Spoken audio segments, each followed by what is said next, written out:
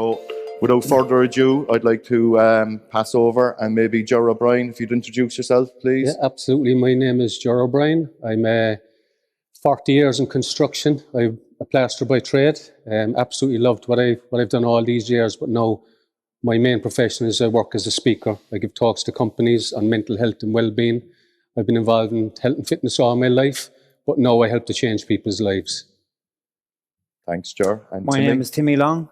I've spent 25 years in the construction industry as a carpenter.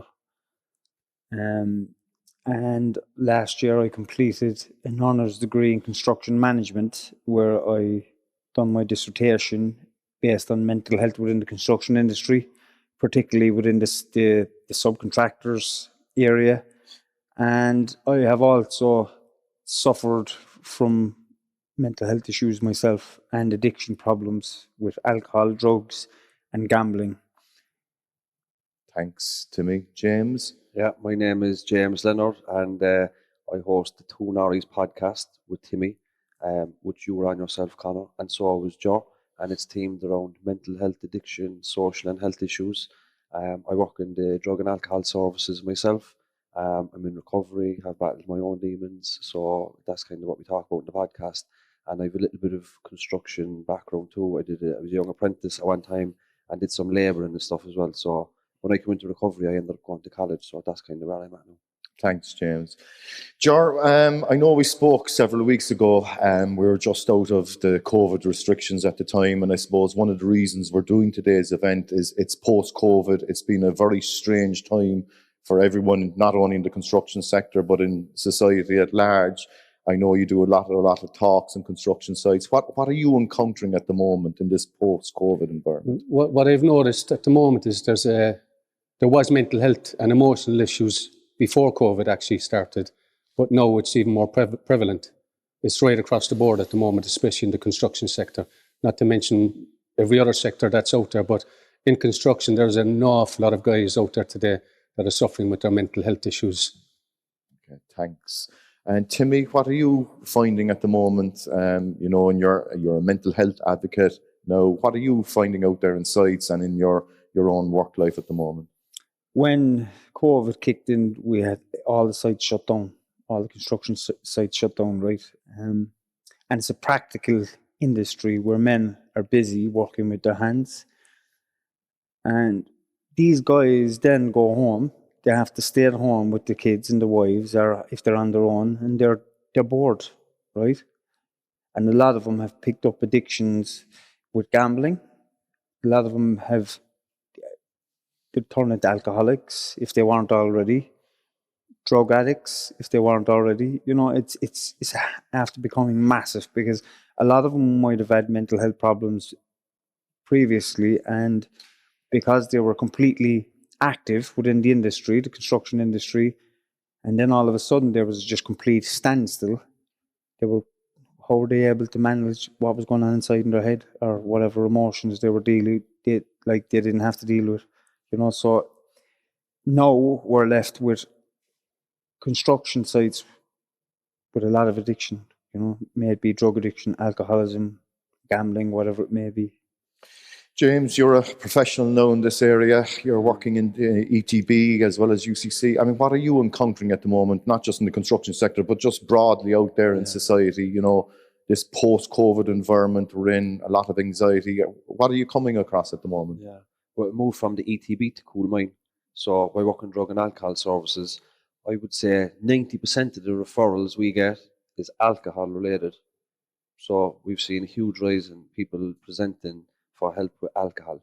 I think, like what Timmy was saying there, if you've got a worker, and it's not just construction workers, but I think it's a bit more pronounced amongst construction workers, a bit more acute. If you have people that have been working 40 hours, sometimes the Saturday as well, and they'd have a drink then on the Saturday or the Sunday or whatever, all of a sudden the working week is gone. The drink on the Saturday or the Sunday, I'll have one and a bottle for the Champions League on the Wednesday night. That turned into the Europa League on the Thursday. Then it's the Monday, and the drinking got carried away, and the drinking that was happening once or twice a week, now was happening 5 or 6 times a week, because people, their structure was gone, the routine was gone, and they struggled to cope with that. So that's a big problem. Another problem as well that we see is cocaine. Cocaine use has surpassed heroin use as the most used drug in Ireland. And if you look at, there's a statement there by I think it was the Garda Commissioner or something, but it was like, you can test how well the economy is doing by testing the levels of cocaine in the water. And if the levels of because cocaine use correlates with economic prosperity, because people have more money, there's abundance, they'll use cocaine more. And I think pre-lockdown we were doing pretty well. The construction industry is doing pretty well. People have been paid good salaries and all these things. So cocaine goes hand in hand with the alcohol and the partying. Can I was going to actually bring this up at the end, right? But I will bring it up now since it's arisen as a common theme amongst the three of you. This link between drug and alcohol abuse and mental health. In the past, we were talking about this beforehand. Timmy, you talk about the Mondayitis, or fellas having the rats on the Monday would be the expression. Is it prevalent in your experience? And what is the link between abusing drugs and alcohol and poor mental health? In most cases, mental health stems from emotional setbacks and traumas in one's life. Otherwise, you wouldn't be going to the cocaine or the alcohol. There's something must have instigated you to go to that substance in the first place. So what I would say is, what has gone on in your life? What has brought you to the point where you need to go to drugs and alcohol to get some sort of relief and to bypass the pain that's with you on a daily basis? Now, this can manifest itself in many, many different ways in one's daily routine. It can manifest with getting up in the morning, not having any routine. It's the same thing all day, every day. It's Groundhog Day. It can manifest itself where you're not getting on well with your partner. It's stemming out into the family where there's verbal abuse and in a lot of cases physical abuse. And a lot of people don't see this, but there's a lot of guys carrying a lot of shame as well today, and a lot of guilt and a lot of hurt from traumas from the past. So in my opinion, this is why people go to substance abuse in the first place, because of the trauma, the hurt, the pain, the guilt, the shame that they're holding on to in their lives from their own traumatic events and experiences that they've had through their upbringing. And hence, where are you going to go? I'm going to go to something that's going to stem the pain and the hurt. It's going to make me feel good within myself, but I know it's not the answer. So therefore, where do you get the answer? People are crying out for help. Okay. And James and Timmy, yourselves, look, I'm always curious about this. Do the drugs and the alcohol cause the poor mental health? But what you're saying, George, there's issues there before the drugs and before you start consuming excess drugs and alcohol. Would that be? Would you agree with that, James and Timmy? Would that be? I started using drugs at a really young age, 10, 11, 12 years of age, but I didn't use hard drugs at that time, heroin or crack or cocaine. Heroin was never my drug of choice. Cocaine was my drug of choice, and as somebody that did work in the construction industry, I used to use cocaine on site constantly, I used to go to work to use drugs, because I'd get away with using them on the weekend at home, but not during the week. So I'd go to work and use, because it just gave me, but I used these substances for my mental health, to block out the emotional trauma of my past. That's why I used. And I used for nearly 20 years of my life. For nearly 20 years of my life, I used some form of substance with breaks in between from treatment centres and prison, and that was it. But cocaine use at the moment seems to be, as James says, the drug of choice, and it's overtaken everything else because it makes people feel completely better in themselves until they reach a stage that it makes them feel absolutely terrible, And we spoke about that before, when you hit rock bottom. But James, as a professional in the area, what would you agree with that link between drug abuse or alcohol abuse and poor mental health? What comes first, I suppose, James? It's very much dependent on the individual circumstances. Does drug and alcohol use cause poor mental health? You bet your bottom dollar it does. Does mental illness, are you more inclined to become addicted? Yes, you are. So one can cause the other, but vice versa is the same. It can work both ways. Yeah. So if you have poor mental health, like the lad says, if you had some traumas went on in your life, it doesn't have to be childhood stuff either. It doesn't have to be child abuse, neglect, or anything like that. It could be relationship breakup. It could be you don't have access to your kids. You're going through the courts. It could be losing your job, or it could be anything. If that causes, and then you're experimenting with drugs, you're far more likely to end up using problematically, i.e., to a point where it's causing you severe consequences. Similarly, you could be in a great position in your work, in your family, everything is going really well, and then you join a new site and there's a new dynamic, and it's very much built around we go partying on the weekends or we bring coke into, and you could end up using through peer pressure. You might have no pre-existing mental health issues, but eventually that will cause mental health issues. It will cause the breakup of the family, the relationship, the job, and so it goes both ways. Thanks, gents. And just look, getting into the practicalities, like how would you recognise the signs, right? How does the site foreman or the safety officers that are going to be watching this, and they're looking out for signs of fellas on the site with poor mental health? Like, how do you approach someone? How do you start that conversation, Jar? You just go to them, plain and simple. That sounds very simple. Yeah, you cut by everything, and you go straight to them. I mean, there's a lot of absenteeism on sites today. There's a lot of guys are more closed off than they used to be. A lot of guys would go to the cars themselves and have their lunches, they disassociate, distance themselves from the rest of the lads on site. Now, in a lot of cases, you can actually see the signs there, but it takes somebody to go to somebody and say, look, John, how are you doing? And I've spoken about this to many, many companies, not on a Thursday or a Friday, do this every day. In the canteen, say, look, lads, I'm going to take the stand today. I'm going to stand at the top and say, how's everybody doing here today? Is everybody doing okay? Every single day of the week, bring this up, okay? Not once a week or once a fortnight, just like the talks to companies as well. Not 1 hour a year. This needs to be done on a weekly basis, right across the board, to construction companies, to the corporate companies, everywhere. This needs to be addressed about mental, and nobody's speaking about the emotional health. I've always said that if we were taught how to deal with our emotions at an early age in our lives, there'd be very little mental health issues today, because the cause of all mental illness today is trapped emotions. So whatever somebody's going through in their mental state is as a result of some sort of a trauma or a specific event in their lives that has caused the emotional state, but more so to the point, the mental state that they're in at that particular moment in their lives. But a lot of guys don't know how to get out of this. But I'm willing to introduce what I call modern stress management, to bring onto sites to teach guys techniques where they can actually work on themselves and de-stress themselves, because probably the cause of all known disease and illness in one's life is as a result of trapped emotions. But the more that we're open, the more that we're more transparent about what we're actually going through, especially as men, and just put that macho image to one side for a moment and look at the human being, the emotions that we carry as men on site. We're not all tough. We might look tough, but we're not all tough. We're human beings that have hearts, that have compassion, that have empathy for one another. But all it takes is one person to step up and say, John, how are you doing today, my friend? What's going on with you?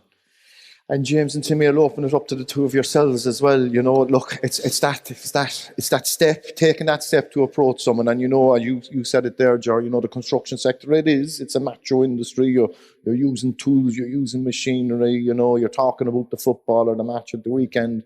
And how do you suddenly take that step to say, Timmy, how are you feeling today? Is it as simple as that, James and Timmy? What would you think? I don't think it's that simple, Okay. I think you need to have people on site that job or task is assigned to, because you need somebody that the lads on the site are going to be able to trust, because they might talk about really, really emotional stuff to whoever, and the last thing you want is all the lads around the site talking about what your man told the listener, as we said earlier, about something that's going on at home or something he's dealing with. But that's the last thing you need. You need somebody on site that is able to take in whatever these people tell them, somebody that's going to protect it and hold it and try to get them whatever help they need, whatever, give them numbers to whatever services they'll need. It's a massive issue. it's a massive issue inside is mental health. And James, we spoke about this in the past in your podcast. Thanks for having us on that time. And you were talking about the listener in prison. And I suppose, look, when we're talking about recording today, we want to get this out in sites, and there'll be safety officers watching it, and there'll be safety reps, you know, the workers' representatives on site listening to this, hopefully.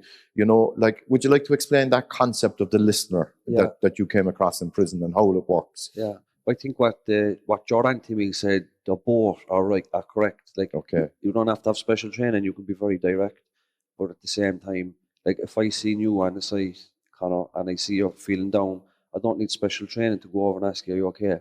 But I do need training then when you disclose to me what's going on for you. What do I do with that? That's where Timmy's piece comes in. But at the moment, you don't have that designated person in the prison system, which we had a podcast in Limerick Prison with a lady in prison. She's doing a few here. She's a designated listener. What that means is she gets trained by the Red Cross. It's a good training. So everybody on the landing, 40 ladies, everybody knows who the listener is, and the listener is somebody that has special status on the landing. The door is always open. They can knock on the door. Any prisoner can knock on the door and ask the officer that they want to go down to the listener. If they're feeling depressed, down, it helps with reducing violence, mediating between conflict. So it's not just mental health. But how you could translate that onto a construction site is, if I look at Timmy and I look at Joe and I'm not trained and I see they're down, I say, is everything okay? And they say something to me, then I know exactly who the listener is on this site. They could have a different colour vest, or they could be part of the induction into the site, identified. So he's not going around like with a big pink vest and, you know, airy fairy, because you know, people might get a bit turned off. It's very subtle. Everybody knows who he is. Let's say it's you, Conor, and I walk onto a site. I know of all the people here that I can speak to. I know you're trusted. You've been trained, and you know what the supports are available. You know, and everybody should know that. You know, and it costs you. It's not. And I suppose one of the obstacles could be for contractors or employers to say like, oh, like I don't pay them to be counsellors and stuff like that, but if you have somebody on there that's helping others, the productivity will increase a lot more than that one individual if he wasn't doing that job. So if he gives an hour of the week, maybe he's talking to somebody, he's not laying concrete for that hour, but the support he's giving the other lads will increase their productivity. So it makes economic sense too, you know. Yeah, no. Look, I suppose, it's as we said, it's difficult, like on a construction site, to approach that. And I just need to say at this point, there is the Lighthouse Club out there at the moment. You know, they do have a helpline. So I think I need to make that point now. There is a specific helpline there in the construction sector. But again, it's about getting the conversations going. Ger, you've given a lot of talks in recent times. You know, what are your own feedback at the moment from those talks? Is it a growing issue at the moment, do you think? It is indeed. It's growing at an incredible rate at the moment. For myself personally as a speaker, especially with my construction background, I've got that connection with other guys on site. But I'd like to tell you a story regarding an incident that happened going back a while ago when I was on a major construction company site, and there were several hundred men on the site. And I got a phone call at 7:30 in the morning saying that, Jerry, you on site? I said, yes, I am. They said, look, we've got a member of staff who's in a very distressed state. Can you please come to the office as soon as possible? So I went to the office. Within minutes I was there, and there was a guy literally on his hands and knees crying his eyes out. He wanted to take his own life at 7:30 in the morning. I'm telling you exactly what way things are out there, okay? This is it. This is raw and this is real. And he wanted to take his own life. That's what prompted him to call me. So they said, look, will we get on to this place, that place? I said, you can do what you want, but I said, this needs to be addressed now. And I can address this. So I just asked the guy, put my hand on his shoulder. I said, I can help you this morning. I said, if you give me the go ahead. And he just nodded his head. So 2 lads went away. I spent 3.5 hours with this guy, turned his life around completely, helped him to turn his life around completely within 3.5 hours. So you're probably posing the question, but Joe, how could something like this happen in a construction site in this day and age, in this modern era? It was a build-up of many circumstances, situations and events over a lifetime for this particular gentleman who was 49 years of age, and it all came to a head at 7:30 in the morning.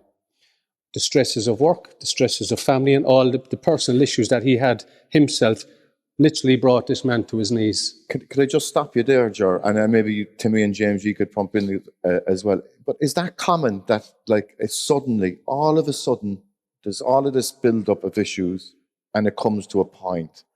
And is that in your experience that's what happens? Like it builds up, and you cope, and suddenly you can't cope. It has to come out somewhere. As I've said in my talks, this could have happened walking down Patrick Street. This could have happened at an airplane. It just so happened that this guy had enough. The volcano was ready to erupt. Now, if I was not on site that morning, what could have possibly happened to that gentleman? You know, I dread to think. But that's only one story. I gave another talk shortly after that, and there was a gentleman came up to me. And he said, "Joe, I wasn't coming in this morning, if you know what I mean." And I said, "I know exactly what you mean." I said, "How long have you been thinking of doing it?" He said, "Probably 6 weeks." I get cut to the chase, right? This guy was being bullied, 54 years of age. He was being bullied in work at 54 years of age, to the point where that man wanted to take his own life. It's not acceptable. No, it's not. And James and Timmy, would that be your experience as well, that like things build up and build up?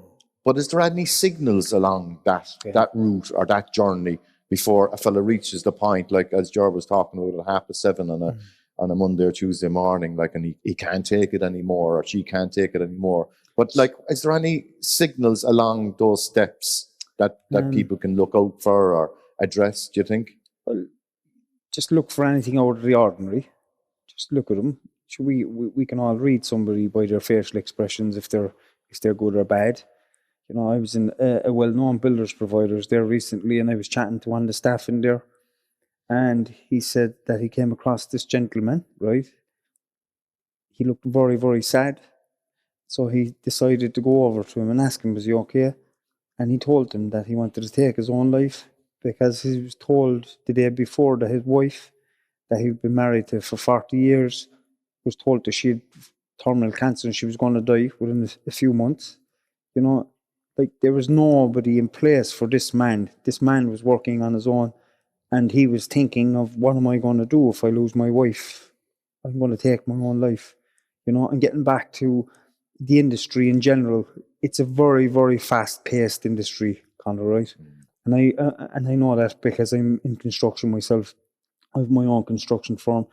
I'm a carpenter by trade, and there's an awful lot of pressure on top of me from clients to get jobs done faster and under budget, you know, and there's a lot of pressure on that. And I actually have absolutely no one to talk to about these things, only that when I go home to my wife and I say, I'm done with this industry, it's too much, there has to be easier ways of making money. This is the industry we're in, you know, time is money, you know, and we need to start looking at the people that are doing the work in the industry. What do they need? They need something, and I've said this to you before, we have a health and safety pass for health and safety. There's nothing there for mental health. How do people on site know what to look out for? There's no education around mental health. There's nothing there. You know, we need to start implementing a system of where we educate the workforce, where we can look out for each other, you know.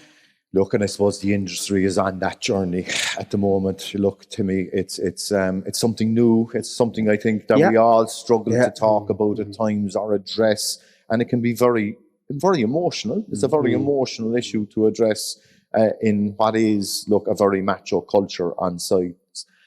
James, is the construction sector, in your opinion, is it different to any other industry, or I always work on the basis that it's the same, you know, the same problems occur in every sector. Would that be your experience, or is it any different, or any little nuances in construction that aren't in other sectors, do you think? No, what? It's just people. Yeah. Do you know what I mean? We're all people, whether you're from Ballintemple or Talk or Gran or Ballyfihan. We're all people, and no matter where you're working, we all have the same family dynamics. We have the same dynamics in work. You can be bullied anywhere. You can have, you know, a marital breakup or disease or illness or anything. You know, but it's just like in other industries, I think they might be a bit more prepared to deal with it. You know, like for example, obviously in drug and alcohol service, we deal with people in crisis all the time. So we'd have good training to deal with that. But going back to what Timmy said, if you're doing this, if to get on a building, so you have to do a safe pass, you have to do your manual handling, it'd be very easy to tack on Safe Talk, which gives you the ability to identify what you spoke about earlier on. How do you know? Well, if you do this half-day training, you'll know. You know. Then for maybe 4 men or leaders on the site, like say for every 100 men, there's the assist talk, which is it's the safe talk. You can identify it, but now you're trained in intervening. So it's suicide intervention. So they could be easily added on to the criteria to get on a site. You have to do your safe pass, your manual handling, and at the very least, a safe talk, which is a couple of hours. And then for every foreman on the site, they'd be trained in assist. So even if it'd be like that listener, everybody knows on the site who's trained to intervene here. So if Timmy asked me, am I okay? And Timmy gets the vibe about me that I'm suicidal or the suicidal ideation, or things are definitely not right. Then he can go to Connor, who's trained to intervene, and then. No, it's a good idea, James. I mean, we do have the safety rep system, where sites over 25 workers, they have to have a safety rep. So, look, maybe it's something that we have to consider to maybe try and get that incorporated into the training, as part of being a safety rep. But one of the great things I think about the construction sector, when I think back of when I was on site before I was on the offices, was there's a great sense of camaraderie. It's a small enough industry. We all come across each other all the time. You'll know this, John, Timmy, and James, from working in the industry. And fellas do look out for each other, don't they, John? Always, and they want to look out for to. each other. Like, there is a wonderful camaraderie, Conor, to be fair. But one thing that's missing? The crack. Yeah.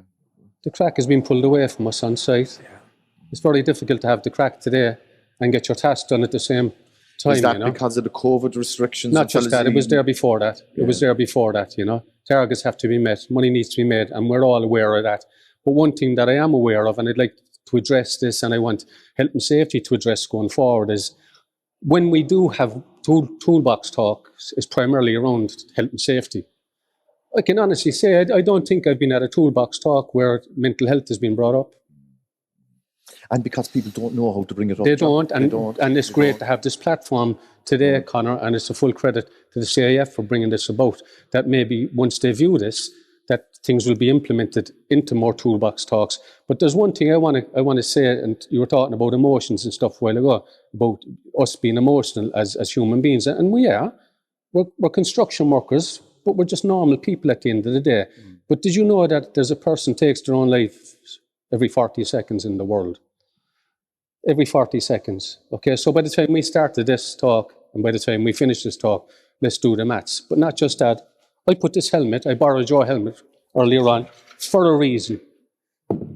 Okay? So put 453 more helmets next to that helmet and try and picture that around here. That's how many guys take their own lives in construction in the UK every year. 2 constructions workers today will take their own life in the UK. Isn't it terrible that I can't get the statistics in Irish construction? I have to go to the UK to get these statistics. So 2 of our workmates, whether they're in the UK or any other European side or anywhere else in the world, there's a family, 2 families today, and they're going to lose their father, their partner, their loved one. It's an awful thought, John. An awful thought, really. But that is the reality of it. These were the same statistics I came up with when I was doing my dissertation. Out of every 4 suicides, male suicides in the UK, 3 of those were related to the construction industry, either direct or indirect, So there is something there to maybe look at. And as we said earlier, this talk today may stem something around the hierarchy in the industry. They might look at it with a compassionate note and say, lads, we need to do something here. We need to start looking after the workforce. And as we're talking about construction, we are on a live construction site, and you probably hear some of the drills going on there in the background. But we apologise to that. That's why they're called BAM. I was actually going to go down and follow them. There is a labour shortage to me. That's for sure. But just on that camaraderie bit, look, Timmy, like there is a good camaraderie there. I think I know what you're saying, Jar. Yeah. You think some of the crack has been taken out of it. Some of that, I think, is as a result of after the recession. Some of the respect that was out there for the construction sector out there in society diminished. I think somewhat. Yeah. Being blunt with you, and it was kind of, well, you know, no matter where you go, sometimes we hear from clients or from contractors, you know, the client expectations are just off the scale sometimes. Timmy, you'll know all about that. Client expectations, they don't understand. It takes time and it takes money. And there's that old expression, do you want it done cheaply or do you want it done right? You know, look, Also, at the moment in the industry, there's a lot of pressure as well with the cost of materials. They've risen massively of late. And there's a lot of jobs being cancelled because of the rise of materials. Where does that stop? You know, there's guys being left go on a daily basis as well, because quotes that have went in 6 months ago or last month are being rejected now by clients because the client can't go over them because of the rise in material costs. And when the contractor then goes back to the client and says, "Oh, we'll have to rise the price by 20%," like that 20% could be 20 grand, it could be 40 grand. You know, they're not going to go with that because they may have got a loan from the bank or remortgaged the house at that cost. You know, so there's a lot of different things happening at the moment within the industry.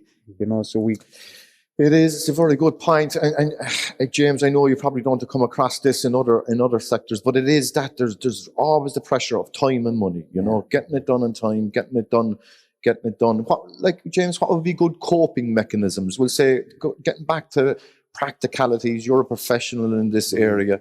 You know, what would you say to safety reps, safety officers, you know, workers in the construction industry, like coping mechanisms to deal with that stress that comes down? We want to get the job done. We want to get it done now, you know, for X amount, you know. How do you cope with that? What are the good coping mechanisms that people should use, do you think?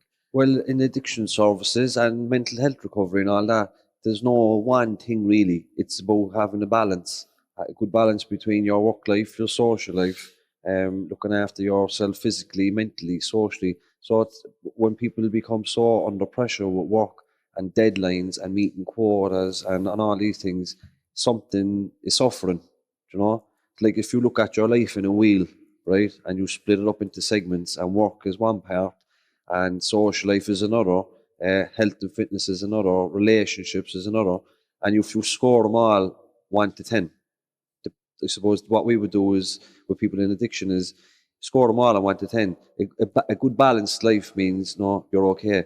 But if you score 10 in your work, but then you're neglecting your wife, or then you're having no social life, or your health is deteriorating because you're under so much pressure, eventually it's going to give. Like what Joe said, it could happen anywhere.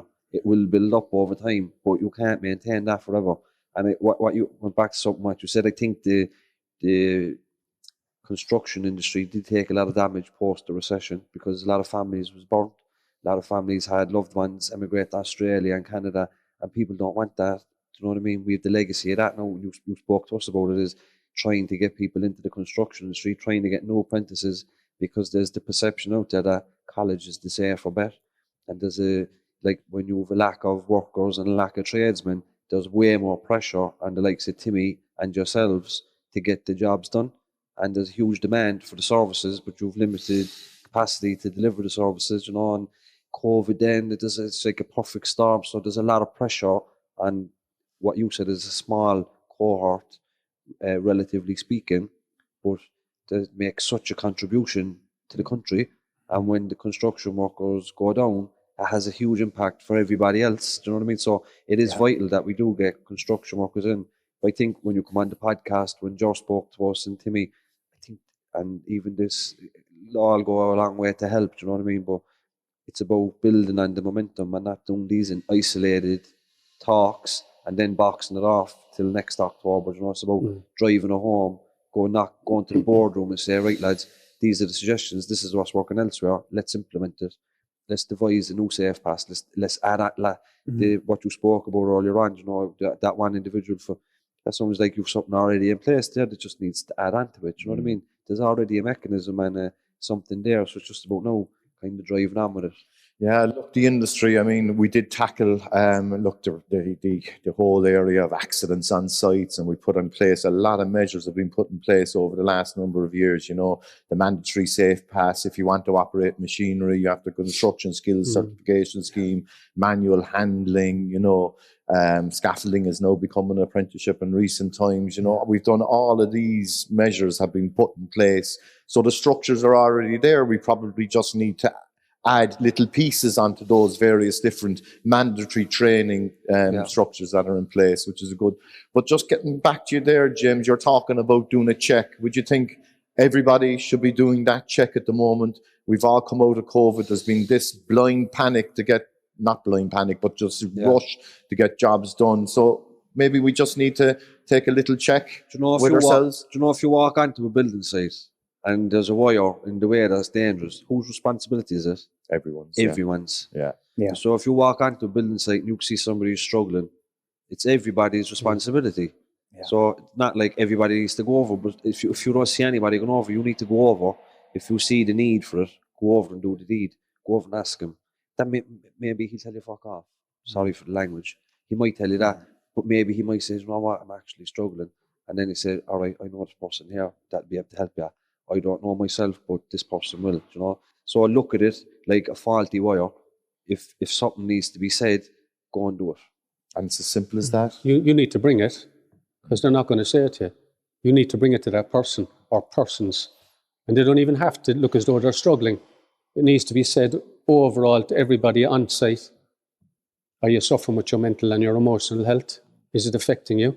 Because without our emotional or mental health, we're not going to be safe, number one, on site. You cannot possibly do a safe task if you're suffering mentally and emotionally. And therefore, that's where a lot of accidents happen on site, because it's neglected.